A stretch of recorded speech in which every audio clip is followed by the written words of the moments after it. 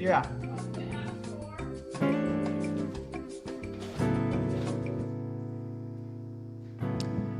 Hello, everyone. How are you? Hope you're well. Happy Friday. Oh, I am doing well, although I was quite busy today. So I'm actually taking a little time to collect myself and get in the mood. Say hello, Gerard. What's up, Cobblers? How's your day? Cobblers, today is oh, go ahead. Go ahead. Sorry. No, I was just sending some peace and love and pie. Peace, love, and pie. That's what we've got going on here. I want to thank Jolie Cook Trojan for popping on and reminding me of my class reunion tomorrow. And I want to thank all of you who are on, those of you who are chatting, and those of you who are not chatting. I appreciate you being here at the Allen Show.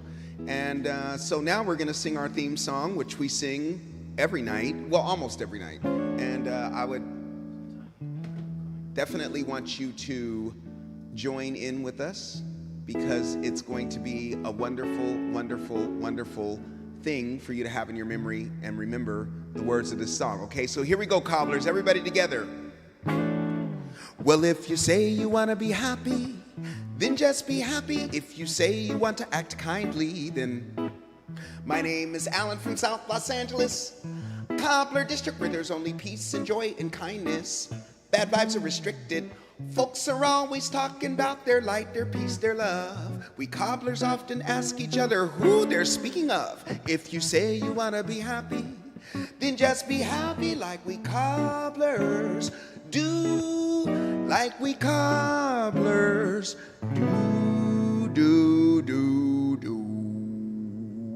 My ears are sticking out weird today. Anyway, like I was saying, we have an amazing interview today, and we've got Risque Robin, who isn't here yet, but when she comes in, we'll be squeezing her in.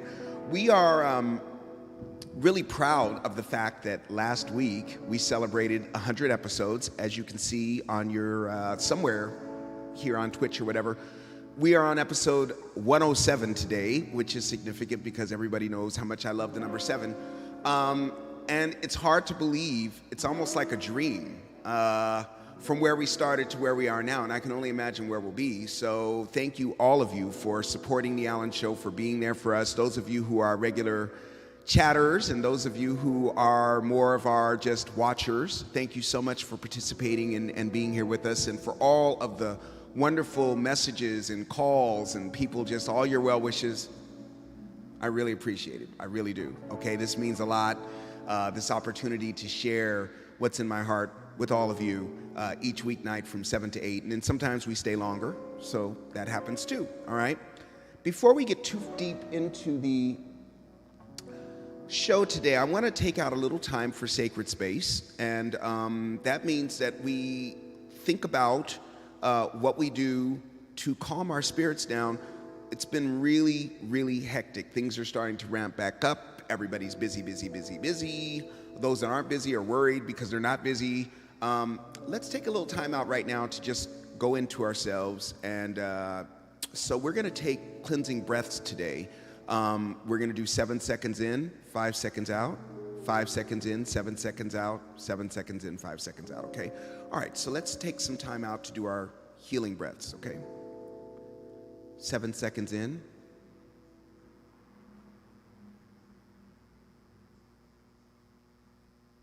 5 seconds out. 7 seconds in. 5 seconds out.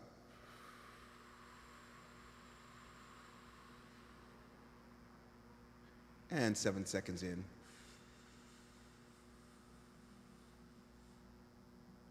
5 seconds out. All right, how are you feeling? I'm feeling a lot calmer and ready to do this show. I think that before we bring Brian on, I'm gonna sing a couple of songs because that's what we do here on The Alan Show.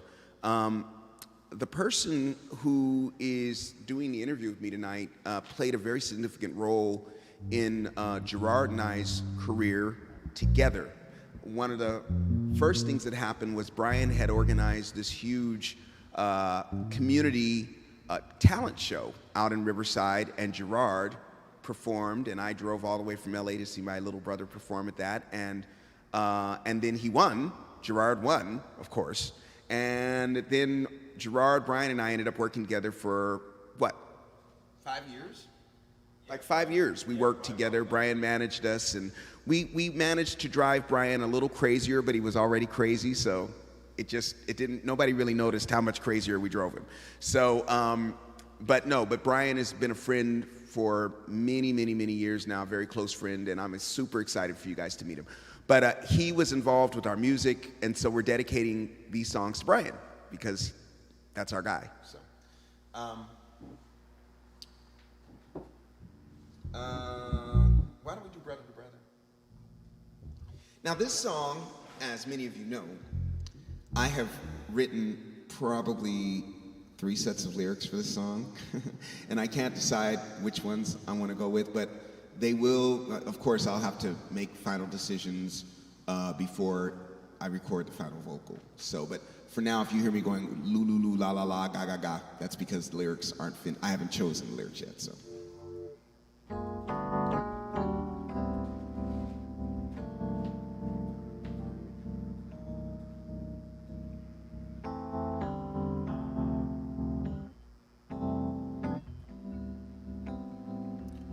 Brother to brother,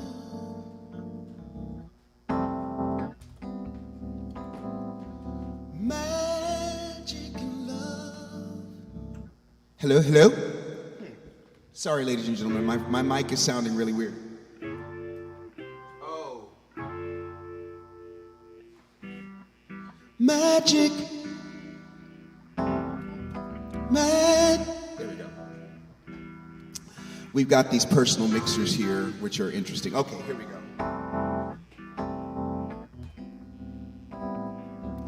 Brother to brother,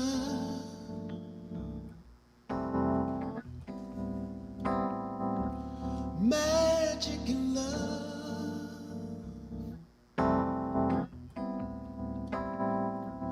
light that is shining above.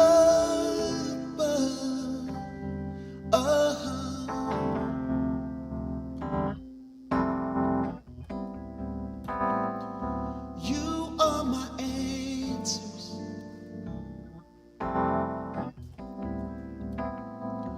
my way and my light. Don't ever, don't ever, don't even, don't ever, don't leave my side. Oh. Do, do, do, do, do, do.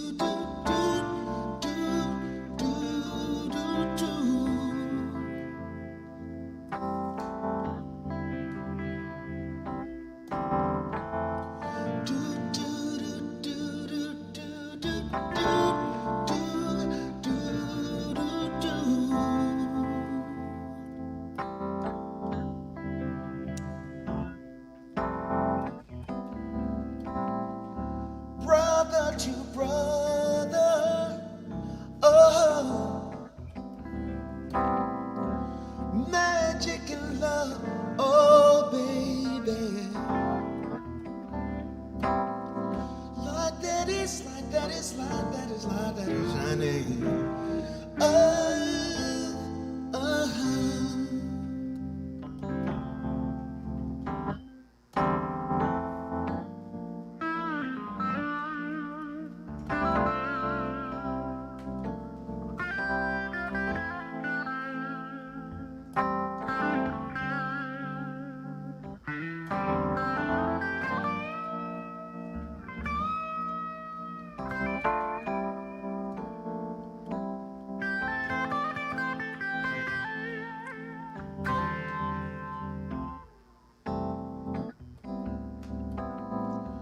Brother to brother, magic and love, oh baby. Like that is, like that is, like that is, like that is shining. Oh, oh, oh, oh.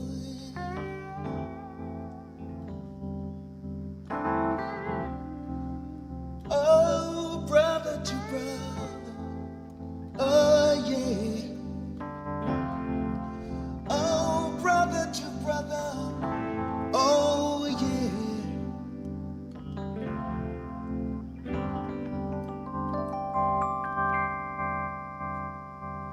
All right. It's exciting to be thinking about. Yay. I want to respond to LaQuay's little message, even though he just walked past me. I want to thank everyone also who has encouraged me through the years with my music, and Gerard. Oops, I'm covering over Gerard. And Gerard, and that's a big part of what this interview is going to be all about. Let me come back over here again. We're going to bring Brian back to bring Brian to the screen, not back to the screen, but we're going to bring, well, actually it is back to the screen because he was on our screen earlier today, but we won't tell you guys about that. Oops, I just did. All right, so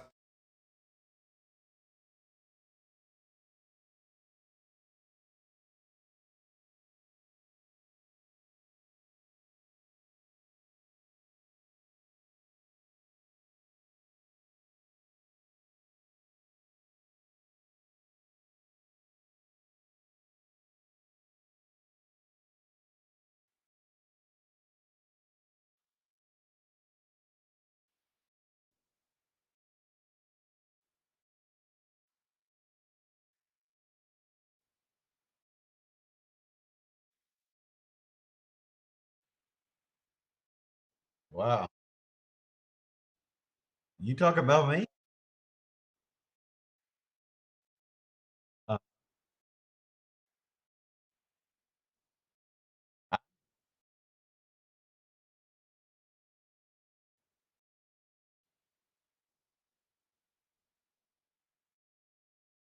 can you hear me?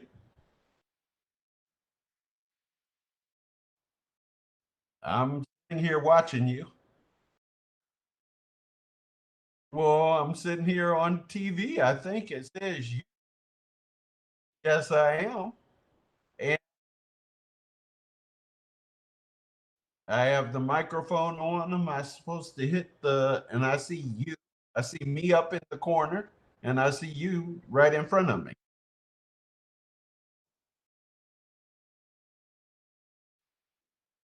Okay, do I need to?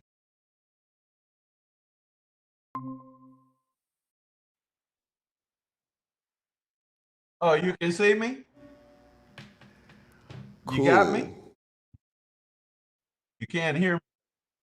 You can't hear me? I can hear you. You can hear me. Okay. Can you see me? You said what? Can you see me? I can see you. Okay, well, I was Looking wondering good? because you were talking about somebody, and I started looking around for who you were talking about. Talking about me. Welcome, Brian. It is so nice to see you. I'm Hey, like, good this to is see kind you, of a man. trip. How long has it been since I've seen you? It's been a little bit. It's been over a year. Yeah. It's been over a year and a half. Yeah. But it's always good to see you. It's about half as good to see that guy in the red hat behind you. Well, we'll pull this down. Yeah, there he is. Yeah, what's up, Jay? Man, what's up, Brian? I mean, you have no idea how happy I am to see you, to see that. Yeah, you guys as well. Man, I just want you Of to course, know I'm kidding. how much I appreciate you, man. Thank you, for all your mentorship and being patient with me in my growing up days. Hey, man, that happens for everybody. It happened for me. It's happened for us all. And part of, I think, the conversation today, you had asked me a question earlier, Alan, was about, what it is that we can do for kids coming up. Yes. And what we can always do is lend an ear, and we can always espouse some type of knowledge to these youngsters so that they can become more than what we are. And that's the important thing, is that we're able to get across information, provide information that we've learned from experiences, and, share it with the youngsters. Yes. Now, for everyone that's out there watching, Brian is the guy that I tend to be a little emotional, or at least I was before Brian met me. I was a little emotional.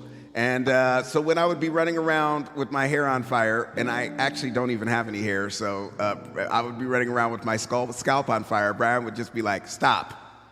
Okay, sit down. What actually happened?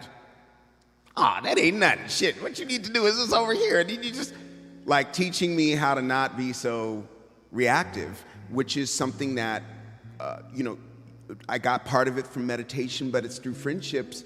Brian, in a lot of ways, kind of graduated me from being a young man to being a man, like what to focus on, what not to focus on. That's been my experience with him, is almost kind of like a really great uncle that would just, or second dad that would just knock me in the head, focus me, give me that chiropractic adjustment, and then send me back out there to fight. And we all know that it's a fight sometimes in life, and this is the kind of guy that you're gonna want next to you when you're like what he says, it's like you're a fish out of water. Keep flapping till you get back in the water. I always think about that with keep flopping, keep flopping. So all right, so I want to go back to your childhood, because there is a certain subject that I want to get to, but I want people to kind of know your background and your family's background, coming from Georgia, correct? Okay. Which is a state that is definitely in the news right now. Absolutely. And just outside of Atlanta, Georgia. So it was Atlanta. As a matter of fact, I grew up about 3/4 of a mile from what they call the county line. It was called County Line, and it was the county line of Atlanta. And I'm so glad that you used the word friendship a minute ago. And when you talk about mentorship and you talk about what it is I was able to share with you, G, and many other people, those are things that were shared with me. And what that comes from is from family and friends. So I was imparted knowledge from family, and my family are my best friends. I should also state that, my cousins are like my sisters and brothers. They're not like cousins or second cousins. And coming from Georgia and being out here in Los Angeles, it was a little change. Georgia, Southern hospitality and people being more polite. Just everything's based around family and friends. And I'm very glad today that I can say that I have friends that I've had since 5th grade, 7th grade. And that's not in California. I've been in California since 1981. So that should tell us 40 years. Yeah. So, 50 years ago, I go back and these are my friends. When I walk or get off a plane, you understand your friendship. It's not about communicating all the time, but it's about communicating. And I have family and friends to this day from third, fifth, and seventh grade. And that's my greatest prize. That's not a surprise because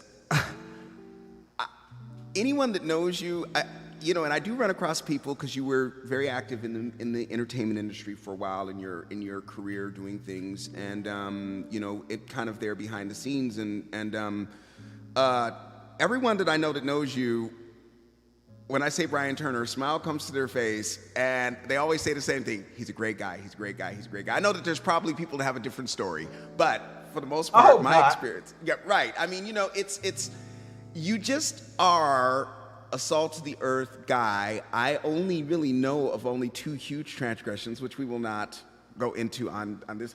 But even that, I mean, it's like I think about, you're the person I call when the shit is really hitting the fan, and you're there. I mean, it's not like you're there just talking like, or I may call you and tell you a circumstance that's really upset me, and you'll just start laughing really loud and really hard by the time you're done laughing. Yeah, because laughing. That isn't the end of the world. Right. It's not the end of the world. But we are kind of getting to the end of the world now, and so that's why I want you to tell us a little bit about your, or not the end of the world, but kind of the end of an era, I would say. So I want you to tell me about your father and we know that you have a very tight-knit family, Southern hospitality, all of the things that come along with growing up back in the South, but you were growing up in the South, and what would you say when you kind of woke up and realized what was going on around you? What was the time? Was it the 60s, 70s, 80s? It was the 70s when I grew up. Right. That's when I started going to high school. And, I was very fortunate. My father went into the Army. I'll try to make this as brief as I can. My father went into the Army, second lieutenant, learned to fly, became a pilot, worked his way through the ranks, major, so forth.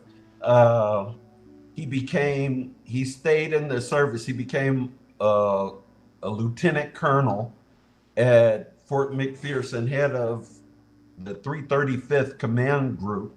And at the same time, you might recognize Atlanta as being the hub for Delta Airlines. So my father learned to fly in the service.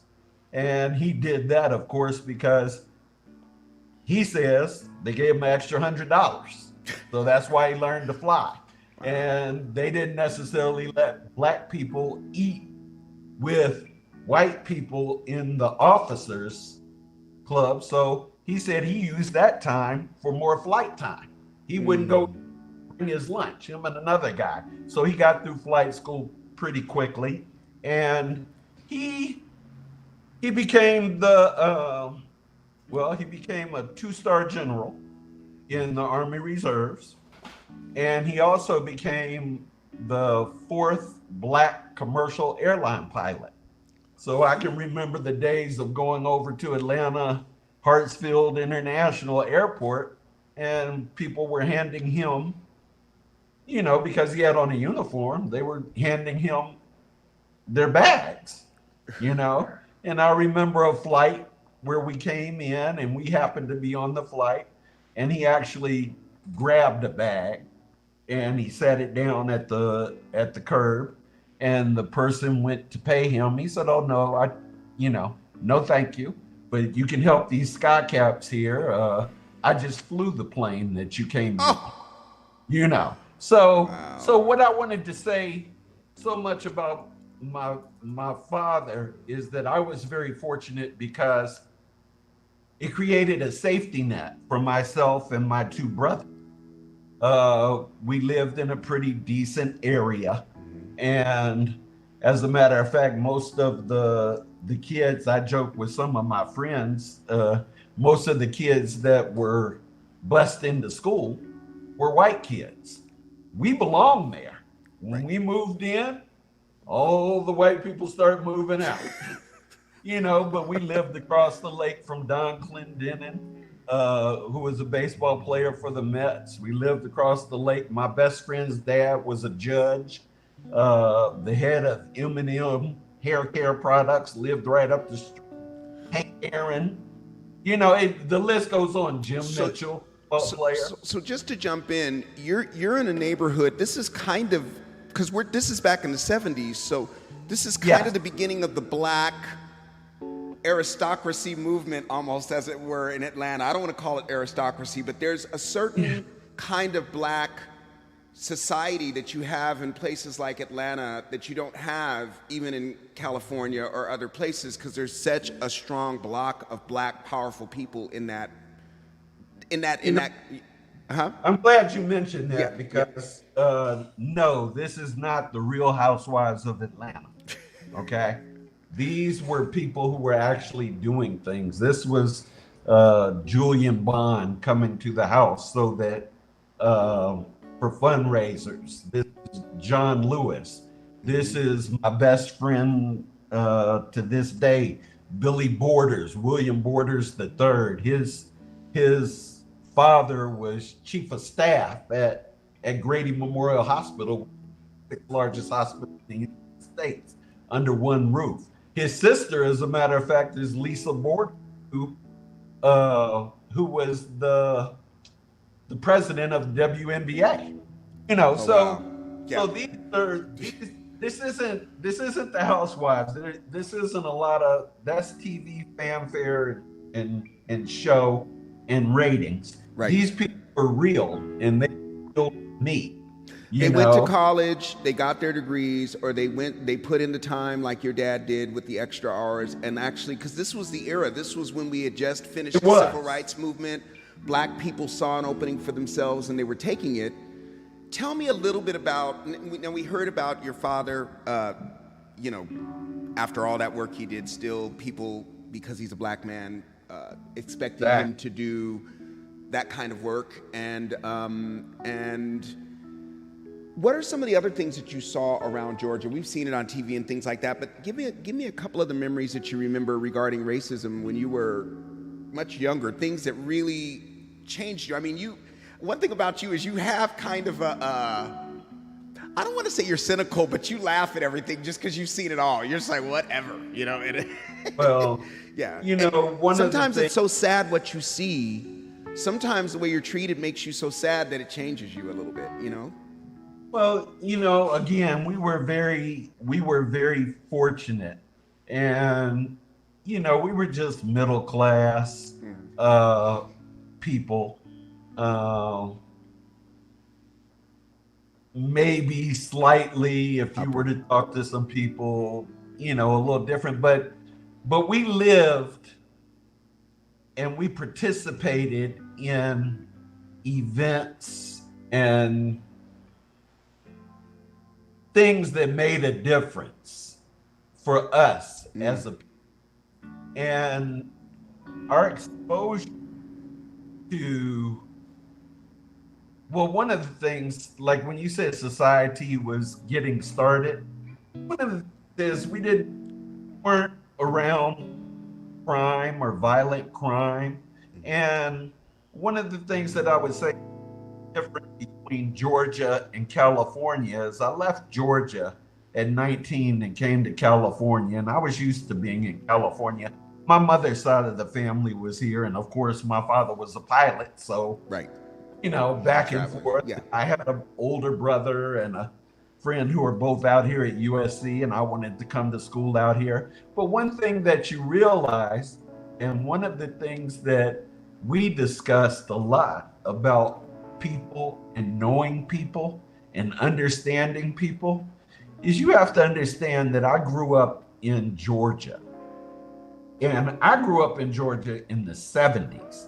I can't imagine what it was like growing up in the 30s and 40s, because when I came here, and I've talked to my brothers, my cousins that came from Georgia, and we would sit and talk about, I said, do these people know that they're racist, and they're trying to be And other black people who grew up out here didn't necessarily see the racism. Right. But it was so clear to us and so clear cut because we were so focused on that because, and this is a very serious matter, is because I've had friends disappear in Georgia, going down to Tuskegee, going down those back roads, and you never hear from them again. I had an incident where I was in what's called Cobb County, Georgia, which in 1977 was practically 102% white, you know? And I was over there for some reason, and my father had bought one of the few things he bought because he was very frugal. Bought my mother a convertible, a very nice car, and it was convertible. And I was driving it. And what I didn't realize at the time that I was in Atlanta was that we grew up where us, my brothers and I and our friends, we drove these types of cars when we were 16 and 17 years old. Right. And I'm not mentioning any brands, but they were very nice cars. And one night I got pulled over. I had been in California for years, and I was in Cobb County coming back from visiting a friend. And I got pulled over by they call them state troopers there, not highway patrol. And I had a decision to make. I knew what type of car I was in. I knew what I looked like. And this car was pulling me over on a highway. And I decided that at that time that, you know, am I going to let him pull me over? Right. Or am I going to drive to the closest police station and maybe have a better chance with more people? Right. And, you know, something told me, I said, you know, I don't want to get anybody mad. So about a mile, I pulled off the road. And I have to tell you, it was a very scary situation because a lot of people had disappeared. And fortunately, I had just had eye surgery back in Emory. So as soon as he started coming up to the car, this is what we had to do to make it to the next day. I took a big steel eye patch to protect my eye because of the surgery. And I put it on my eye and I taped it there. And Lord knows I didn't need it, but I needed him to know that I was no threat whatsoever, you know? And these are the things that we do. We still tap dance. I was tap dance 1977, 79, 81. I was tap dancing in Atlanta.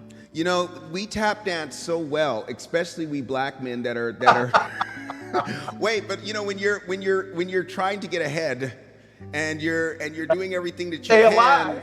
Tap dancing and the thing, we're so good at it. The whole point of the gig is to be so good at it that it doesn't look like you're tap dancing. It looks like looks like everything is just fine, but people don't see the racism. It took me years to see it, but because I'm from California, and I think that did affect me. But now, and certainly since George Floyd and all of that, I mean, you know, I don't get angry. Of course, anything like that is terrible to see, but the part that really makes me mad is all the fumbling and jumbling that goes on after someone's been caught on tape killing somebody. It's like there's nothing to talk about. Well, we're not quite sure if we're, and I'm like, or being in California and getting struck 250 times, Rodney King, in '93, and have it in tape, and just know finally we caught them. Got him on tape. This guy is turning it in. He's getting beat beyond, you know, crushed bones. And what happened? He was free.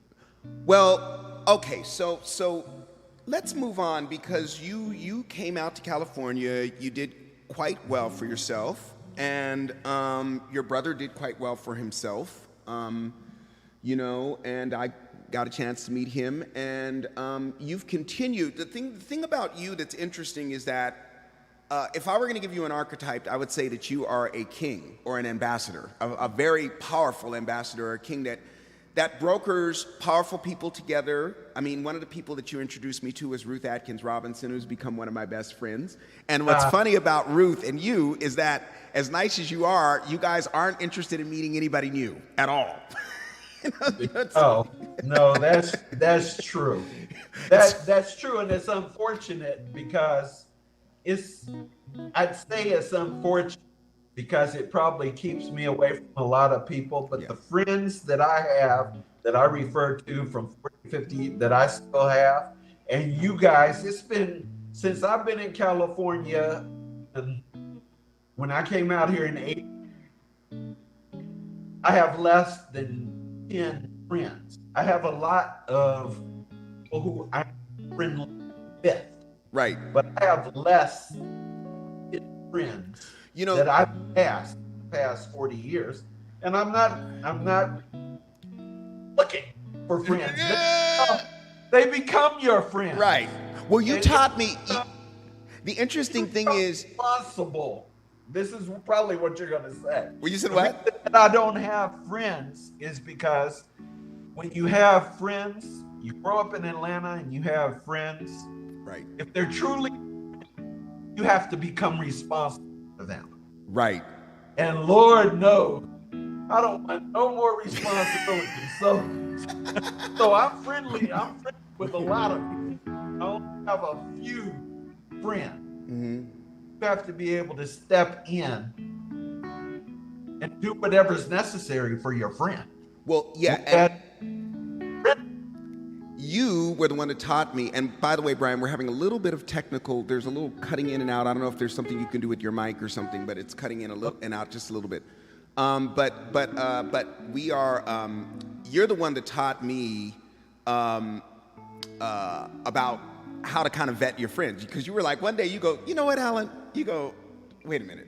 I don't think you really know what a friend is. I was a little taken aback, but I knew that I needed to just be quiet and listen. And you said, now look, an acquaintance, a peer, an associate, those are all people that you kind of have to deal with or that you like when you're friendly and everything. But the way you taught me was a friend is someone that you can pick up the phone at 3 o'clock in the morning and say, I'm 75 miles away. I don't have any way to get home. Can you come get me now? And they'll come and get you now. And and that's they're hanging up. They're hanging up before you. Right. They're hanging up on their way. And that's the thing is, from that simple description of friendship, that changed my life. I mean, that was just one of the things that you said to me to change my life. But I mean, I was like, whoa. And that was the first time I kind of went through, I cleaned out a lot of names out of my phone. I went through and really began to think, who are my friends? And what I realized is I didn't have very many. I didn't have very many friends. There were really only a very small handful of people that I knew would come and get me at 3 o'clock in the morning if I were 70 miles away. So this is the kind of... That's a little unfair. That's a little unfair, though. Uh-huh. And I want to tell your audience why that's unfair. Okay. Because when you have somebody such as yourself, such as your younger brother back there, mm-hmm. who possess talents that other people don't have, mm-hmm. it's very easy for you to aggregate friends. It's very easy for you to garner friends. Everybody wants to be your friend. When they hear G play, and they hear the way he plays, and they hear that he's playing piano chords instead of guitar chords. Don't give a secret away now. on his guitar. Yeah. Uh-huh. When they hear you open your mouth, they're just listening to your voice right now. But if you were to put that in some melodic rhythm and they could hear you sing, you'd garner all types of friends, right? People start walking in that door right now. Yeah. And so it's a little different. In your particular cases, the talent brings people to you.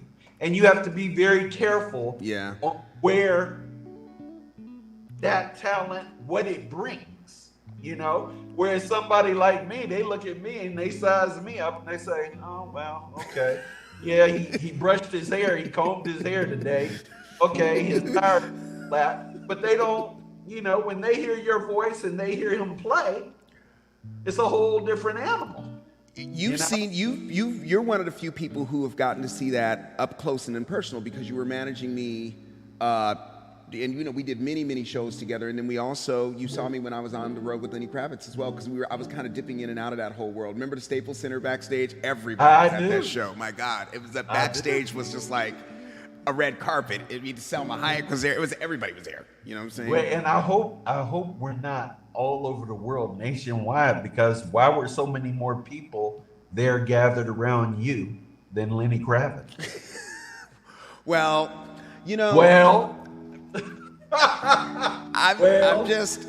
all I can really say is that I've always been a person, and I think you know this, Brian. I really do care. I care a little too much. I care too much. And if I consider you to be a friend, even if I consider you to be an acquaintance and you're in my space, sure. I just have that natural Southern hospitality. I think it came from my parents, watching them be concerned about other people and be of service to other people consistently and never expect anything in return. And that's one thing I have. If I give something, I give it freely. I don't expect anything in return. Of course, I don't want to let somebody take advantage of me, which has happened. But and then I call you and you help to adjust me and everything. Everything turns out all right. And help to adjust them, because it's not the right thing to have somebody talented like that. Yeah. And be able to use that creative.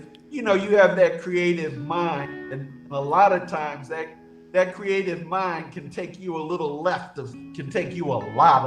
of center. Who, me? Yeah, you, G. And you have to understand that sometimes people need a hand in their chest, Right. Yeah. just to slow them down, slow your roll, Right. Right. So let's move a little further into the future, because there were a lot of things that my father would tell me about that I would look at him like he was completely insane. He would talk to me about the lynchings. He would talk to me, not insane, but I would just be like, what does that have to do with me and why am I having to hear this?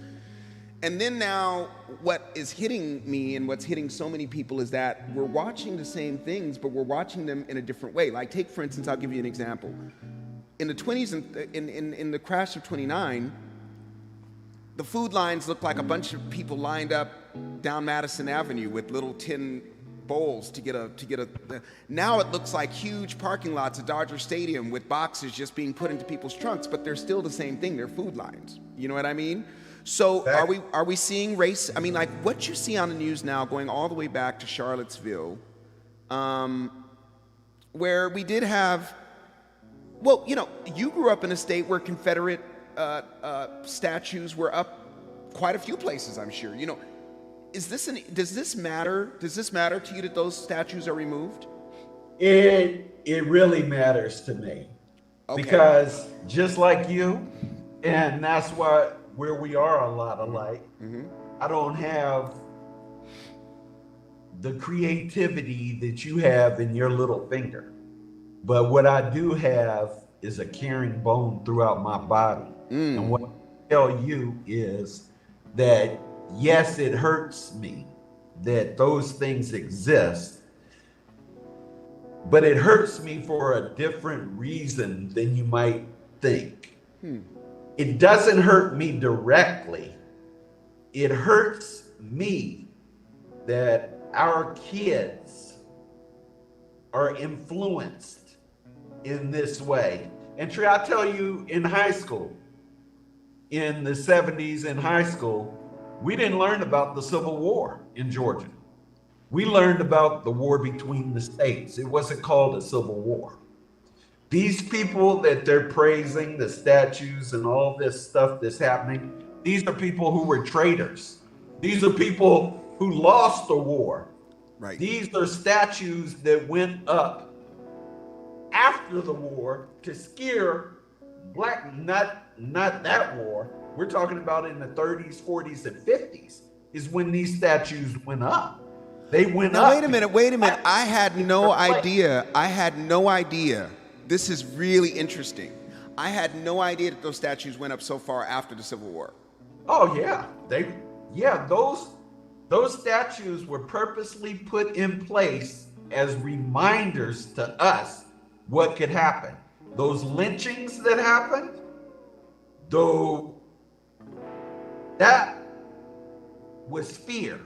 Right. That was white terrorism. You understand? When I hate to make the point on your show, but I'm going to make it because I want to speak the truth. I think it's relevant, and I want people to understand that when they look at the lynchings and they look and see these pictures of these lynchings, everybody's seen the one with the white guy in the suspenders and the mustache pointing up at the black guy who's been lynched, right? Yeah. But what people don't know, there's 10,000 people there. There's 10,000 people there to watch a lynching. What they also don't know is that they would cut off people's ears, cut off people's, excuse my language, testicles. Yeah, that's cut right. Cut off, not just cut them off, they would then sell them to people. My God. So these are all fear tactics. Yes. They're all put in place to keep us in play. Right. And the one thing, there's two things that I want to get across to your audience about that type of thing. And that is, number one, to your white audience, brothers and sisters, what they need to know, or what some of them need to know about being valued in this society, is that as much as you hear on TV about the riots and what happened at Charlottesville is a very example. And what you hear some white people say right away is, what are you talking about? I never had slaves. I was 400 years ago. My people never had slaves. Right. We didn't own slaves. That isn't the point. We're not saying that you're responsible for slavery. That's not what's being said. You're just 50 years old right now. You can't be responsible for slavery. But you can take responsibility for slavery. You can take responsibility for the derivatives of slavery, inequality, racism. Take responsibility for the actions of your forefathers. And even if they weren't your forefathers, is the white power structure that's in place right now, through institutions, through financial power, that keeps us where we are. Now, every once in a while, they'll throw out a little bone, and this will happen. We'll smile for a minute, tap dance for a second, but never is there a time where a white person cannot accept responsibility. Yes. And any other persons who are racist or bigoted cannot accept responsibility for themselves here and now, regardless of what happened in 1609. And we know there were slaves in Florida in 1500. Okay, with the so. Well, you did. I'm just learning it. Wait, hold on. I'm just learning it now. But what they can do is advocate. What they can do is stop saying, I wasn't around during that time. I didn't. Yeah, well, because they're benefiting. The thing is that the thing is, they benefit every day from the systemic racism that has just been. It's been put in place. The white privilege that's been put in place. Yeah. This 400, 500 years. Yeah. Still in place. It's just now behind the facade of institutions and money. Well, I really am glad that I'm starting to see things because, I've got friends of all races, as do you. Sure. And I'm glad that I'm seeing books like, the woman that's out there talking about white fragility And Yeah. all of these little things. Excellent book. Yeah. I mean, the thing is that in California, you're dealing with a different kind of racism than the old school racism in the South. You know what I'm saying? Right. It's a little more covered over and liberals, but It's covert. yeah, it's covert It's racism. covered. And we don't know. Okay, but Georgia is over. Right. When I was growing up, Well, how much more out of the street?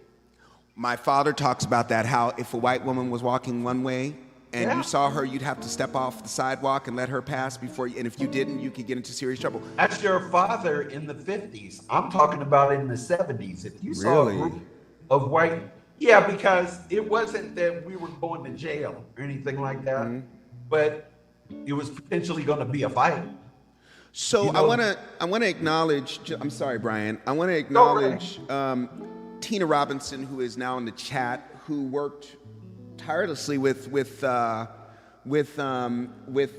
Scott King for Oh, what? the last 5 years, I believe, of her life, and but has always been fighting for so many things in the community. As a matter of fact, I was on the phone with her earlier today. Hi, Tina. It's so nice to have you on here, and I wanted to have her on the show because she's even now working on many initiatives that are going to benefit the South Los Angeles community. You know, I wanted to read what she's saying. She said, "How about 2021? Because we will not stop accepting second place. No school drugs. Will not study our rich history." I'm a little confused, Tina. I think you were so passionate about what you were saying. Okay, so Tina, look. This is Tina's subject. She said, "You know this is my subject." I want to have Tina on here because I think people need to hear what she's talking about because I've got a very kind of non-confrontational personality, as you know, Brian. I don't like confrontation, right? So I tend to be a little bit more like that. You don't mind confrontation at all. No, I think it's good. People understand you. Yeah. I know Tina said she couldn't get it all out. I want to talk about today, though, Brian, because, you know, I just woke up to... So in 2017, when I was interviewing Cisco Pinedo, who's a Mexican-American, about this wonderful complex where we have our headquarters here. And I was saying, "What did you build this for?" And he said, "I built it to be my private showroom, but nobody would come to South Los Angeles." I said, "Okay." And so we ended up having to spend all this money and, I guess, do all kinds of stuff to have all these fancy stores in Beverly Hills and, you know, on Melrose and all sorts of places. And he said it was because of racism. And I turned to him and I said, "Do you really think that people are that racist?" And he looked at me. You know, I can read things so quickly. First, he was shocked. Then he kind of got a little angry. He was like, "What?" Like, he couldn't believe that I was so completely oblivious to the racism. And I think it's because he had lost real money. You know, he had lost real money behind it. You know what I'm saying? I always kind of skirted through because I was in entertainment. So like you said, we always kind of we were in a bubble, right? And talented. But now, stuck in the house, coronavirus, George Floyd. Of course, the riots for Rodney King started 3 blocks from here, over on Manchester and Manchester and Normandy. And I'm sitting here looking at the news. I'm watching Georgia sign legislation to make voting more difficult in front of a plantation hanging on the wall. I'm watching kind of from my esoteric studies certain hand symbols and things that are being done, these old brotherhoods that secret societies and things. I'm watching this all play out, and I'm just thinking to myself, my God, if anything goes wrong, then we're in a fascist. I'm sorry, you got me laughing, man. And What? I'm telling you why you got me laughing. Okay. Well, I got you laughing. I am cracking up because you're serious. You're serious about them signing this paperwork or these documents in front of a plantation sign. And what I'm laughing about is all my life, this is what they do, not behind closed doors. They do it right in your face. so Right. that you understand what it is and where it's coming from, and then we'll turn and look at you like, did you get that? Right. Yeah, we got it. We'll move on to the. So it's curious to me how people who grow up outside of the South and with this type of these trappings is it's for you to say, oh, and I just can't believe it. And I'm sitting here thinking, it's done no other way. They do it, they slap you right in the face with it. And was I at an advantage? Because my father went through what you're talking about. He grew up in Ville Platte, Louisiana, but he didn't. Did he? Was it a good thing or a not good thing that I wasn't really? It was an excellent thing that you weren't. Right. It's an excellent thing that you weren't because of your personality and because of your spirit. You know, I don't want to say this, but I wouldn't want to see you crushed. The smile, the gasp, the nice, the caring, all of that could be crushed and taken away from you before you're 4 or 5 years old. And that's what happens to black people. I just want to talk about this because, you know, in group therapy, which I was in for many years, this is a subject that came up. Everybody else is white, and this was one of the first places it was very uncomfortable to confront racism in a group of white people as a black person. But it had to be done because the therapist was dedicated to getting me past all of my stuff. And one of the things that, you know, it is a very famous producer, I'm going to say it this way, a very famous producer once said to me, because I had gotten angry with my father, and it's amazing the healing that's happening right now with my family. It's incredible. But my father, I got angry with him, and I was complaining once about, you know, just, I can't believe that, you know. And he took my shoulders, and he looked at me, and he said, Alan, your father suffers from post-traumatic stress.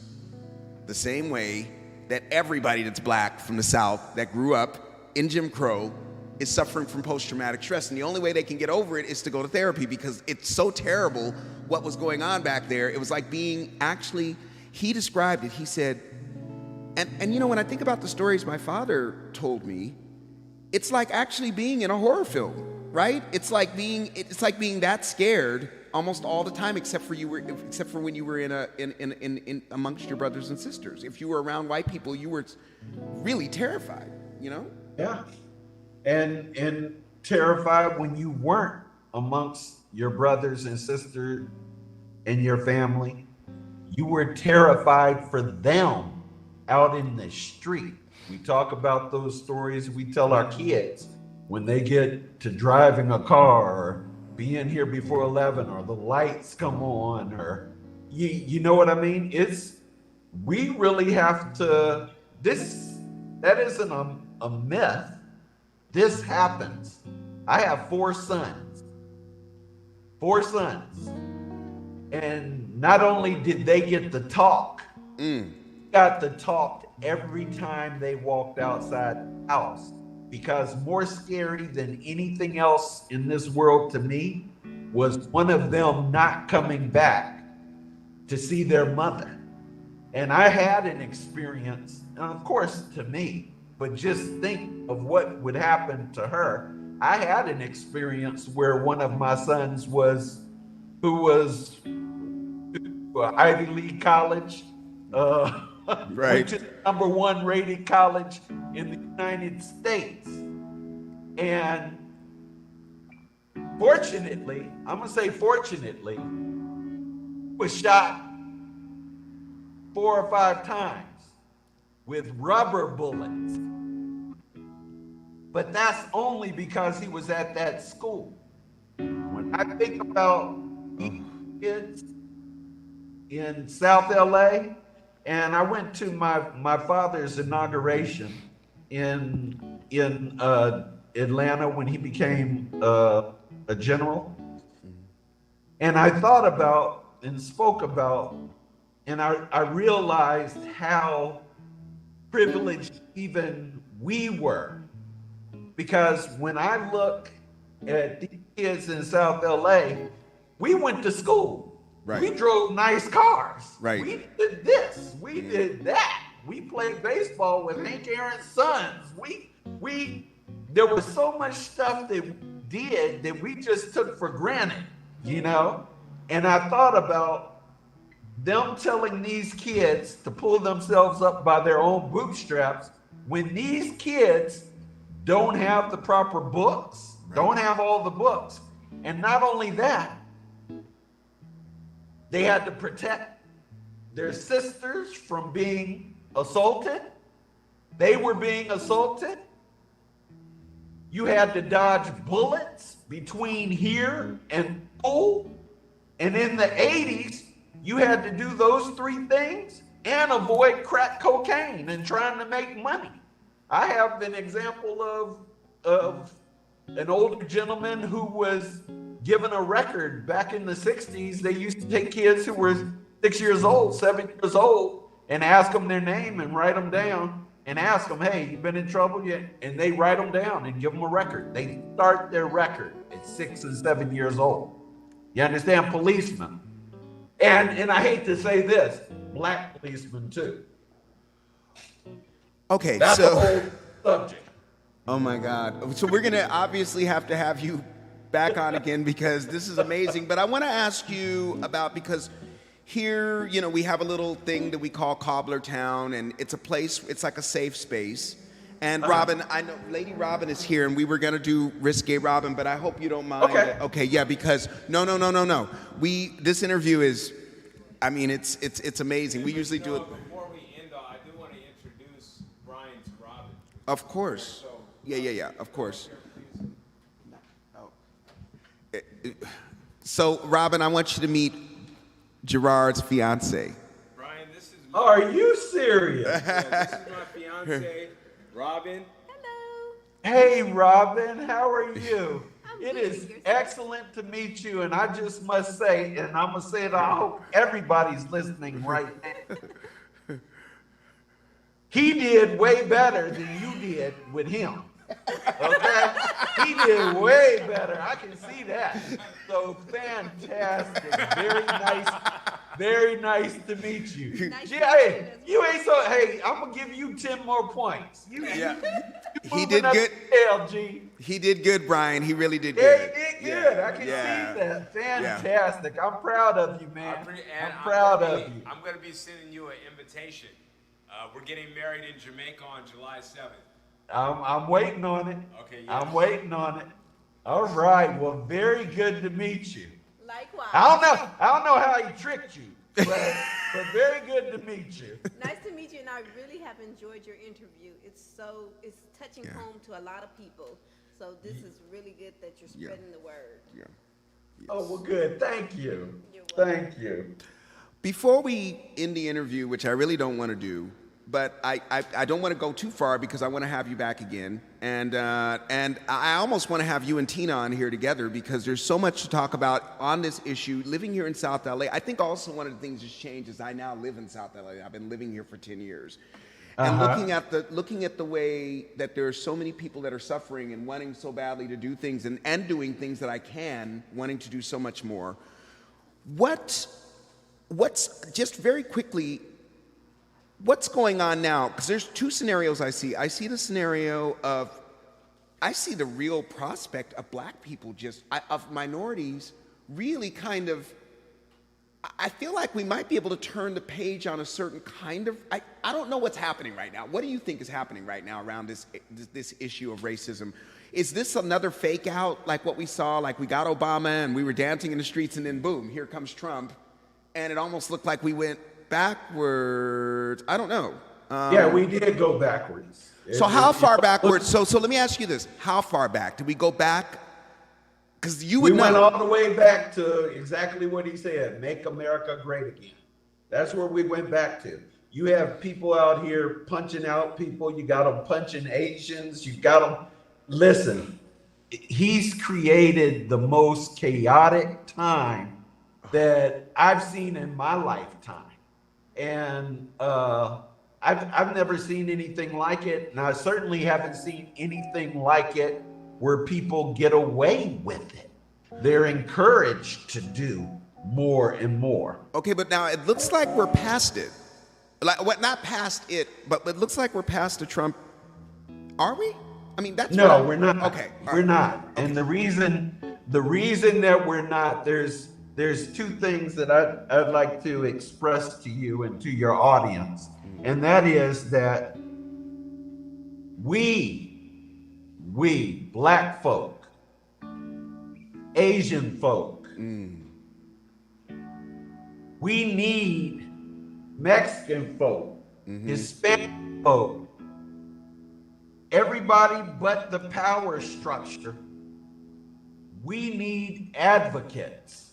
And the reason that we need advocates is we need somebody fighting for us. It should be us. But the problem with us fighting for us is that none of those others listen to us. We need advocates that don't look like us. And when you have those types of advocates, like you mentioned that book, White Fragility by Robin, such and such, your audience might look up anything by Tim Wise. Tim Wise, W-I-S-E, Colorblind, Dear White America, just excellent works. But the other thing that we need to know is that we need to teach our kids values. And we do that. We teach our kids value every day. Okay? But other than just teaching them values, their value. Yes. Their worth. Yes. It needs to be their value and their worth. They need to understand where they come from, who they are, who did the first heart surgery, who created pneumatic brake system, who put on the soles of shoes, who, we have all of these creators and inventors, and we need our kids to know that this is the stock that we come from. Yes. This is who we are. And it's like, and if it weren't for the suppression of these institutions and those in power, we would freely give as we've given to build this country. Yes. Which we don't always agree with a flag or a verse in a song, but there's no place else for us to go. There's no place else I'd rather be. This is my country. This is what we built. Yes. And if you want to talk about lazy, that wasn't us. Right. we built this. Right. Remember that.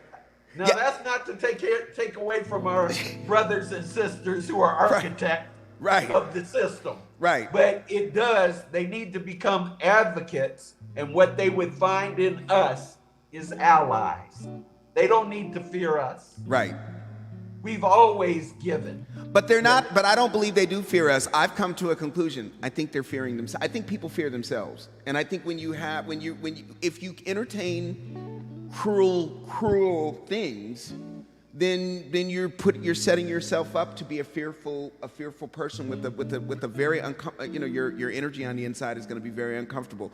Brian, I cannot thank you enough, because I feel like that last part when you said you don't want to just teach values, you want to teach value. And I think that even goes further. Value is something that is really not taught. It's almost like a bank account. It's something that you instill into people, and that's what you instilled into me. You really helped me to understand. I think the last thing that you did along these lines was you said, I don't know when it's going to happen, and I don't know how, but it's going to happen. I know it's going to happen. And I needed to hear those words that day, and so many times when I've called you, I think you've known Alan just needs to hear that everything's going to be all right, and you've always been there to do that for me, and I want to thank you publicly for that. And you've been far too humble. I wanted to, I built you up, but you were not building yourself up the way that I would like for you to. I want you to tell them all the big things that you. Hey, man, you know what? Huh? It's been a pleasure. It's been a pleasure. Thank you for having me on, but it's been a pleasure, going through this experience with you. And it'll continue. Yes. You call, I'll be here. Well, I want, the thing is that it's inevitable that you and I are going to be doing something together, and I would suspect that it's going to be pretty big. But I want to have you back onto the show because I feel like it's important to hear the voice of black men. And we've been kind of unshackled a little bit to be speaking in ways that fear you were talking about. I turned on the news and I'm seeing black men and I'm like, what did he just say? I'm like shocked. I'm like, whoa. Right. So I think that now at least we have this respite or this period of time, window of time where we can be far more open, but I don't know that it ever goes back because a lot of things have been said by corporations now, and a lot of things have been said by black men on national television and white men by President Biden. I mean, yeah. Last but not least, do you see a bright future, or do you think it can go either way? I'm an optimist. I see a brighter future. Mm-hmm. Now, what that looks like, I don't know, but I hope it's here for my sons, my grandsons. The only thing that I do know is that America is turning more and more brown every day. And when this structure sees that, well, they're seeing it now because they're trying to change the vote. They're trying to suppress the vote. But when enough of these people, you saw 20 years ago biracial kids and stuff.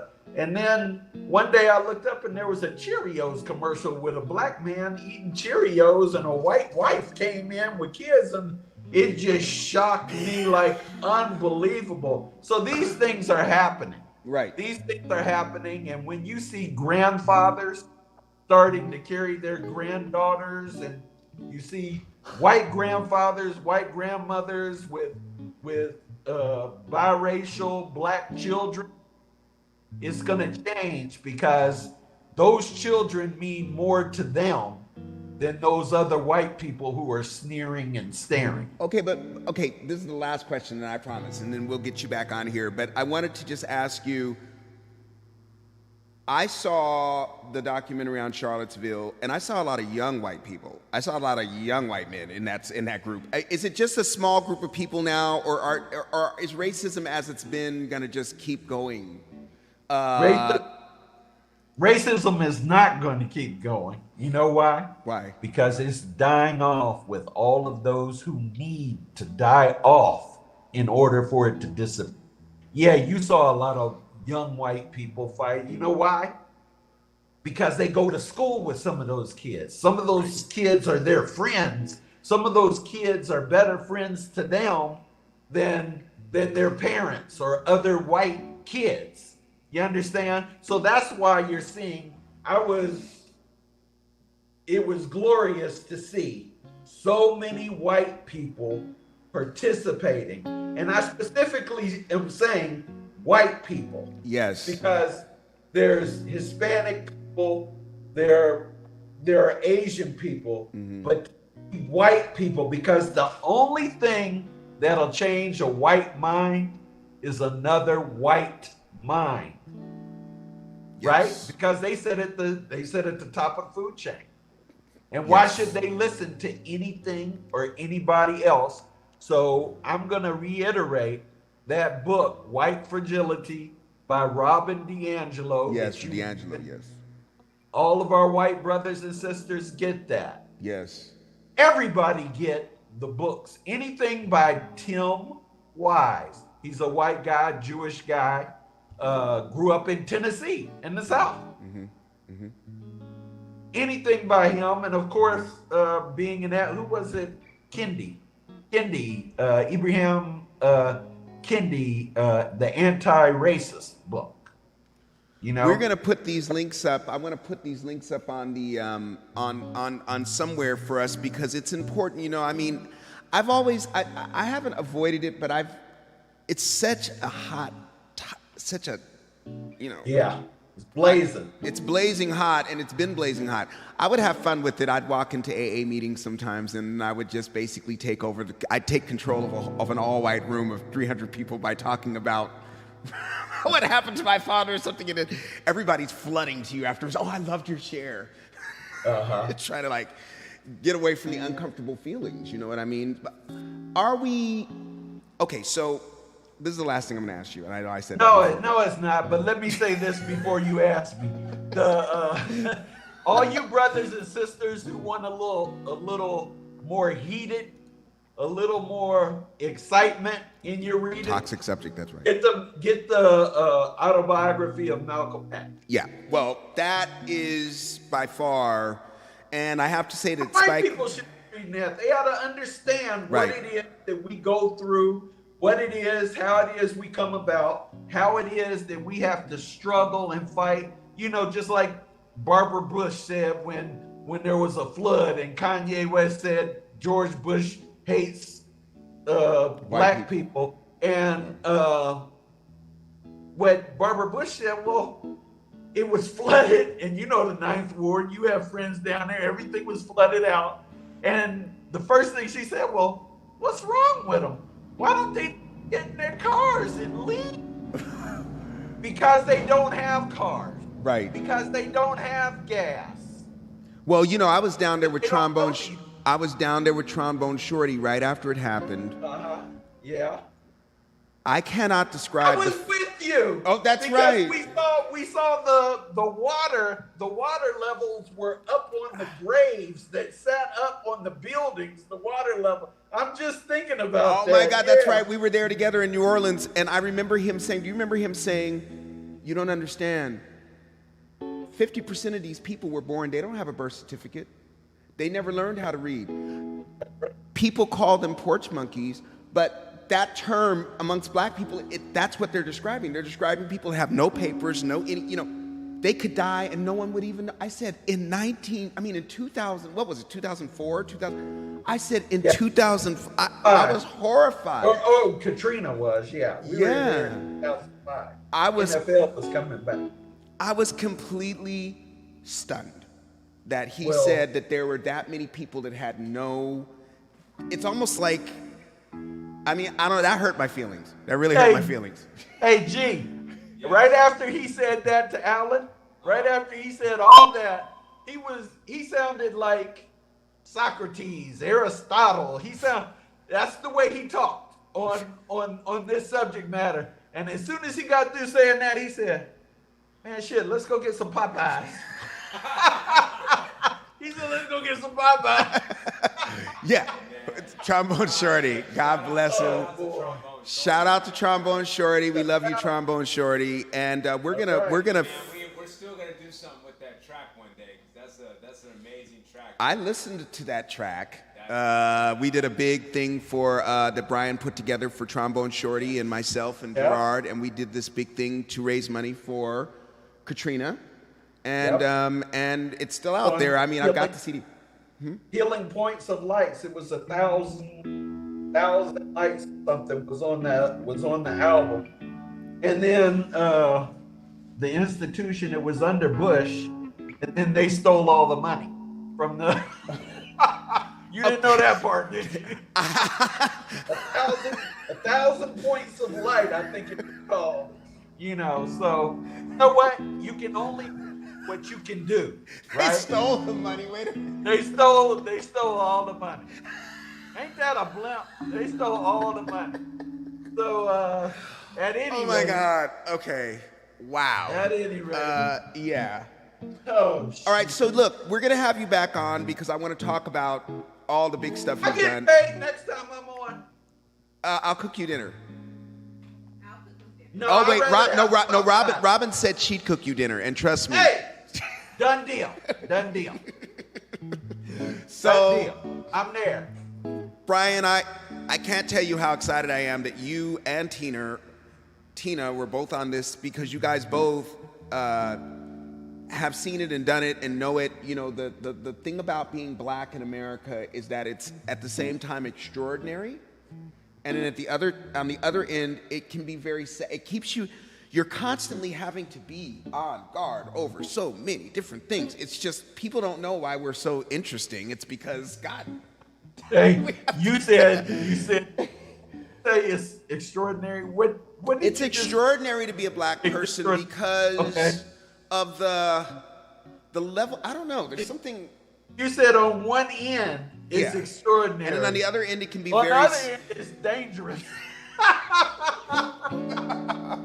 Right. Dangerous as hell. I'm really hoping I'm hoping that the work that's done can make it a little less dangerous. I hope that the work of this administration will help to make it less dangerous.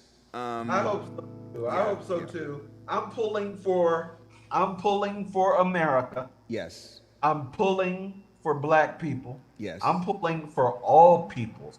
But Yes. please, let's all start pulling the same way. Let's pull the same way. It'll be a lot easier. And even if we're not necessarily okay, I got Tina here saying, go to West Virginia, no running water in the house, coal miner. We are in a mess. Did Trump bring out the Cracker Jacks? Still living in South Los Angeles. Are we cutting the show off, or can I respond to that, West Virginia? Sure, respond. I'm from West Virginia. I was born in West Virginia. Okay, my father was born in West Virginia. My father, those coal mines that she's talking about, my father, his grandfather, not my father was born there, but his grandfather, it was the Kmart. There's all kind of mines, but he grew up in a town where there were 5 mines, and they worked these mines. You know, and people were dying, killed. They walk them out, and you know it's one of the most dangerous jobs in the U.S. But here's the point. My father had a friend who was older than him, 10 years older than him, and he's a congressional medal winner, meaning that he served in the Army and he saved countless lives. He had been shot 6 or 7 times and he saved the whole brigade. And he was from those mines. And my dad modeled himself after. Wow.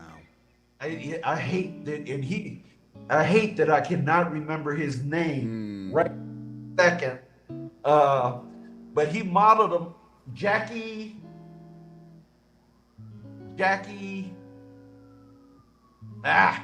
Rogers. Jackie Rogers. Look him up. Congressional medal winner. He was 10 years older than my father. And my father was raised by a single mother. So he was there at the mines because he was staying with his grandparents while his mother worked at the White House in the postal center. Jackie Rogers is who he modeled himself after. Who's also from that area is a white guy by the name of Chuck Yeager. Chuck Yeager, you've all heard of. He broke the sound barrier flying these jets. Right.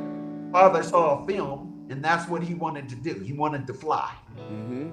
So the reason that I'm saying that is because he saw something on a film in a theater that impacted him so much that he wanted to do this.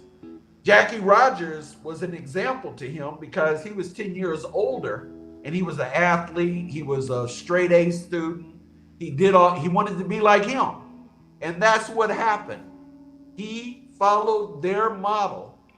And I think Jackie Rogers was a brigadier general. My father became a major general, which is 2 stars. And Chuck Yeager, you know, him flying. My point is, for your audience and what they should be disseminating to these kids is, if you can see it, you can do it. Yes. Yes. If you can see it, you can do it. It's been proven again and again and again. I watched G play that guitar. There's kids that can grow up idolizing G playing that guitar. Yes. There are people who can idolize you.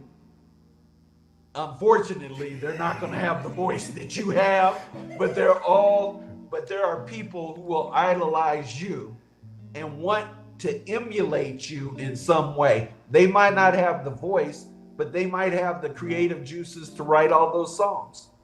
I've got 400 songs on you.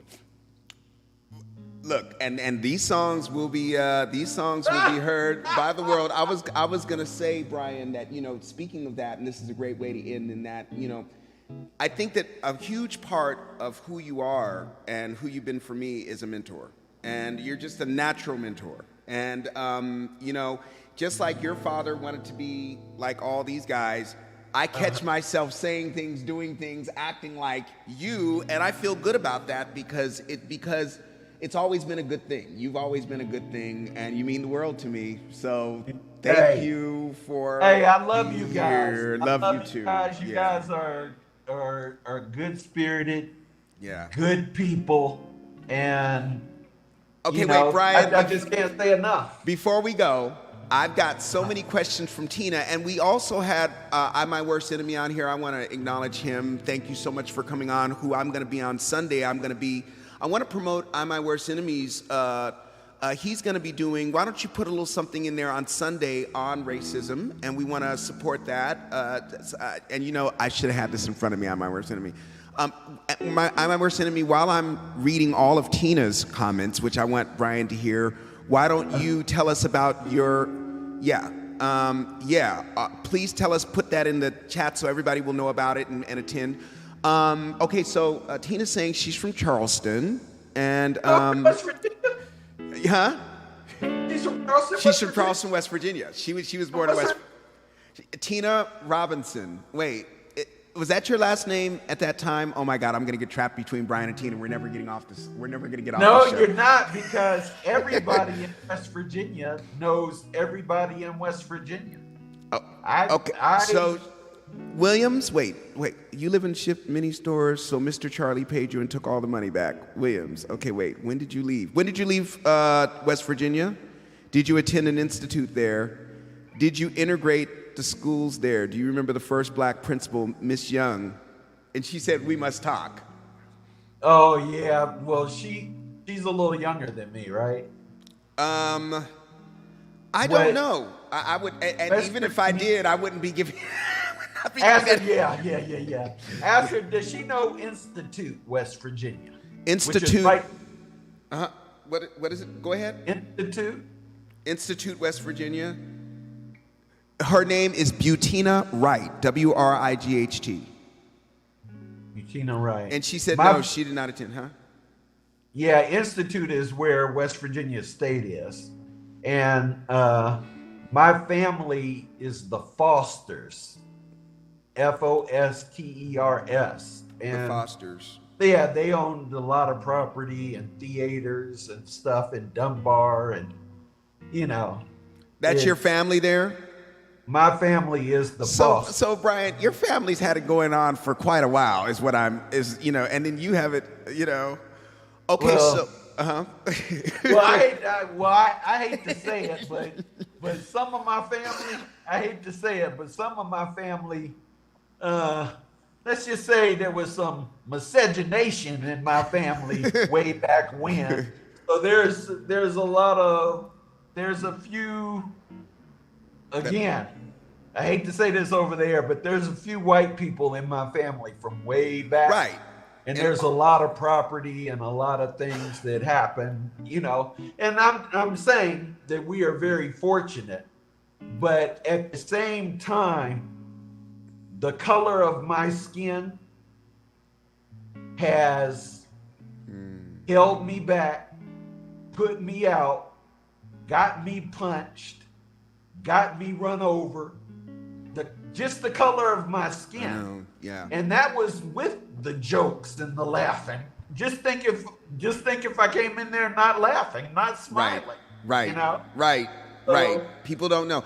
All right, so I've got I'm My Worst Enemy. I want everyone to pay attention to this because he's doing a purposeful, open discussion on racism as a pandemic too. Sharing, understanding, growth. The podcast was created to stand apart in an era where podcasts were abundant. Rooted in mindfulness, this open discussion format forgoes familiar faces and structured conversations and instead aims to bring together individuals from a broad range of backgrounds to have their civil discourse about sensitive issues. So we all want to attend that. That's going to be, why don't you put where and when? Oh, and there's the link. And you can hit that link right there in the chat, and it will take you right to all the information on that. Thank you for putting that in there. I'm My Worst Enemy. We want to support you on that, and I am going to be on the panel. I don't know why you asked me, but I'm happy to be there. No, I'm just kidding. I'm super excited. Tina is now saying, but before that, I'm My Worst Enemy says, so many people have no idea what racist violence is like. That's true. I attended Institute with Carolyn Preston Funeral Home. Okay, I don't know. Thanks for the promotion. No problem. I'm My Worst Enemy. You know what I'm going to do? I'm going to put Tina and Brian together because I have a feeling, you know, I thought about Tina when you got all those coins that you were presenting to the Smithsonian, Brian. And I thought about Tina because you guys all work in that same world, you know, all that money with black people on it and everything like that you had, which people don't even know that money exists. Yeah. Okay. Well, go ahead. There's stuff in the Smithsonian. I was happy to be able to work it out so that Pastor Collins, the sign you saw from the Baltimore station, colors not allowed or whatever it was, is one of their primary exhibits down by the train, down by the segregation where the train is. So I was really happy to get that in there for Pastor Collins. People who keep track of history are the people who teach us and educate us as to what's coming, because history is going to be repeated. Okay, well, we're going to be having you back on, and I'm already getting excited about having you and Tina in studio here. But I cannot thank you enough, Brian. Thank you so much for being here. You are. Hey man, you're the best. Wouldn't be anywhere else. And Tina, I'm gonna find out more about her because she's my cousin. I already know it.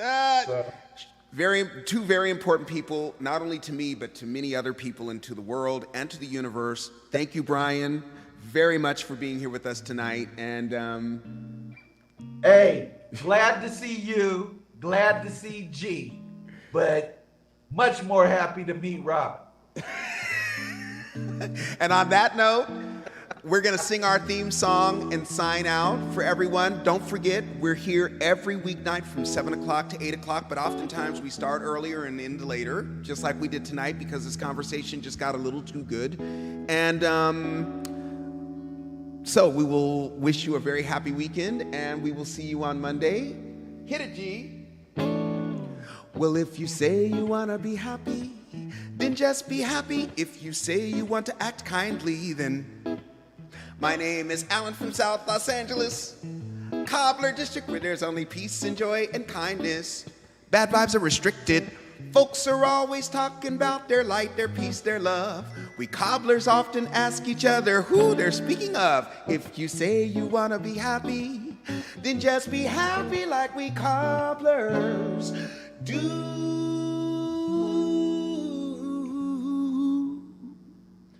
Like we cobblers